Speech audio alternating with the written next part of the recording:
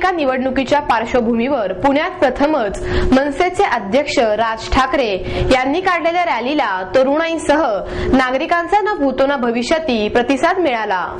महापालिका निवडणुकीसाठी मनसेच्या प्रचारार्थ पुण्यात होणाऱ्या राज ठाकरे यांच्या एकमेव सभेला प्रशासनाने परवानगी नाकारली आहे। परवानगी न मिळाल्यासही 11 तारखेला ही सभा घेतली जाईल असा इशारा मनसेचे बाळा शेडगे यांनी दिला।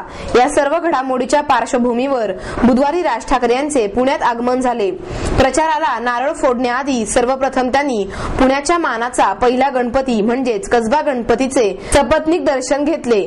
त्यानंतर मनसेच्या प्रचारासाठी आयोजित करण्यात आलेल्या रोड शोला सकाळी 9:30 वाजता शनिवार वाडा येथून सुरुवात झाली। शनिवार वाड्याचा संपूर्ण परिसर तरुण तरुणींच्या घोळक्यांनी गजबजून गेला होता।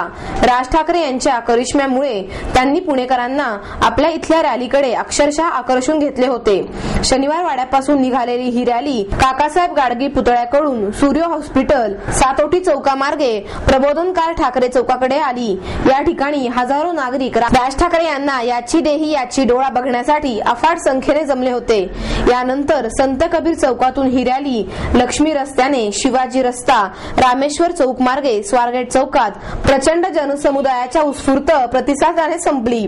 केवळ स्वतःचेच कार्यकर्ते घेऊन गर्दी करणाऱ्यांना राज ठाकरे यांच्या या रोड शोला नागरिकांनी केलेल्या अलोट गर्दीमुळे जणू काही जागते रहो असाच इशारा मिळाला आहे।